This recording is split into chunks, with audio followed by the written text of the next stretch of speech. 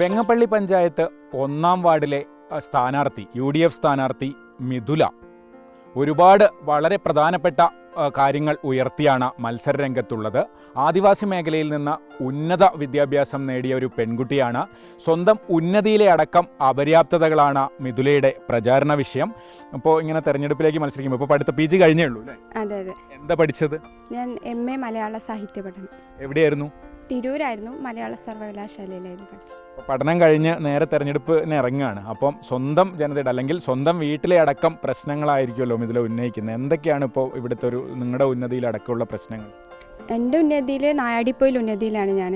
അവിടെയുള്ള പ്രധാന പ്രശ്നം എന്ന് പറയുന്നത് ഈ കുടിവെള്ളമില്ലായ്മയാണ്. അത് വർഷങ്ങളായിട്ട് അങ്ങനെ തന്നെയാണ്. ഞങ്ങൾ ദൂരെ നിന്ന്, അതായത് കോളനിയിൽ തന്നെ കിണറുണ്ടെങ്കിൽ അവിടെ നിന്ന് ചുമന്ന് ഞങ്ങളുടെ വീട്ടിലേക്ക് എത്തിക്കേണ്ട അവസ്ഥയുണ്ട്. പിന്നെ പൊതുവായി പറയുകയാണെങ്കിൽ കുട്ടികളുടെ വിദ്യാഭ്യാസം, ഈവനിങ് സമയത്ത് കുട്ടികൾ സ്കൂളിൽ നിന്ന് വന്നിട്ട് അവർക്ക് പഠിക്കാനുള്ളൊരു ട്യൂഷൻ സെൻറ്റർ പോലെ അതിനായിട്ടുള്ളൊരു പഠന വീടിന് വേണ്ടി ഒരുപാട് ഊരുകൂട്ടങ്ങളിലും അല്ലാണ്ട് എല്ലാവരും പറഞ്ഞിട്ടുണ്ടായിരുന്നു. പക്ഷെ അതിൽ നിന്നൊന്നും ഒരു നടപടിയും ഇതുവരെ ഉണ്ടായിട്ടില്ല. പിന്നീടുള്ള പ്രശ്നം പൊതുവായിട്ടുള്ള വീടുകളുടെ പ്രശ്നം. ചന്ദൻ എന്ന് പറഞ്ഞൊരു ഉന്നതി ഇവിടെ ഉണ്ട്, വെങ്ങപ്പള്ളി പഞ്ചായത്ത് 1-ാം വാർഡിലുള്ളതാണ്.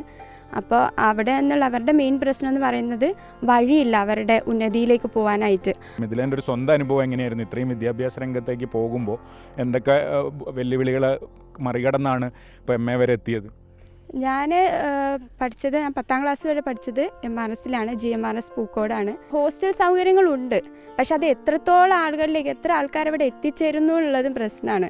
ചെറിയൊരു വിഭാഗത്തിനെ ആ സൗകര്യങ്ങളൊക്കെ എത്തുന്നുള്ളൂ, മുഴുവൻ കൂടുതൽ ആളുകൾ കുട്ടികളിലേക്ക് എത്തണം എന്നുള്ളതാണ് ഇതിൽ. സ്കൂളുകൾ ഉണ്ടാക്കുക, ഇങ്ങനെ MRS പോലെയുള്ള ഇനിയും അധികം സ്കൂളുകൾ ഉണ്ടാക്കുകയാണെങ്കിൽ എല്ലാവർക്കും ഒരു അവസരം ഉണ്ടാവും.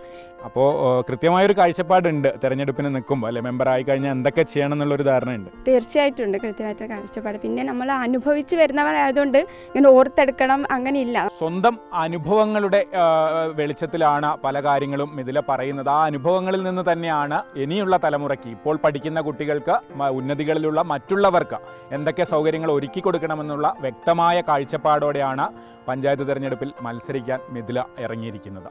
കമൽ, മാതൃഭൂമി ന്യൂസ്, വയനാട്.